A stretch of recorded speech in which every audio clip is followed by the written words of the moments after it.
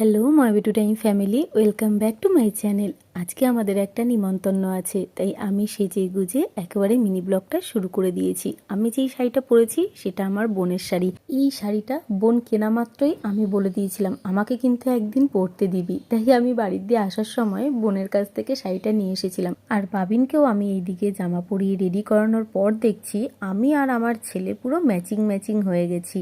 নিমন্ত্রণ বাড়ি যাওয়ার উদ্দেশ্যে তো আমরা বেরিয়ে পড়েছি, টোটোতেও উঠে পড়েছি, কিন্তু তাড়াহুড়োর সময় না যত দেরি হয়। গেট পড়েছিল, তার জন্য আমরা এখন টোটোর মধ্যেই বসে রয়েছি চুপচাপ। তারপর নিমন্ত্রণ বাড়িতে পৌঁছে গিয়ে দেখছি বার্থডে গার্ল কেক কাটছে, আর বার্থডে গার্লকেও কিন্তু খুব মিষ্টি লাগছিল, সঙ্গে বার্থডে গার্লের মাকেও।